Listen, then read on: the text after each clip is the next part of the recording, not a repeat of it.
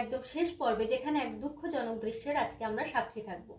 মহেশের মৃত্যু সংবাদ পাওয়া মাত্রই মুচির দল তার দেহ ভাগাড়ে নিয়ে যাওয়ার জন্য ধারালো অস্ত্র নিয়ে আসবে এবং সেই অস্ত্র দেখে গফুরের গা শিউরে উঠবে, কিন্তু সে চুপ করে থাকবে। এরপরে পাড়ার লোক তাকে নানান কথা শোনাবে এবং তর্করত্নর কাছে প্রায়শ্চিত্তের জন্য যেতে বলবে।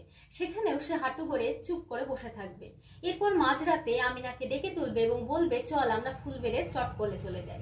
এর আগেও শত দারিদ্রতা, শত কষ্টের মধ্যেও সে সেখানে যেতে চায়নি। তার কারণ সেখানে গেলে মেয়েদের মান ইজ্জত থাকে না, ধর্ম থাকে না। আমিনা তার ঘট এবং পেতলের থালা নিতে গেলে গফুর মানা করে এবং সেগুলো দিয়ে মহেশের প্রায়শ্চিত্তি হবে।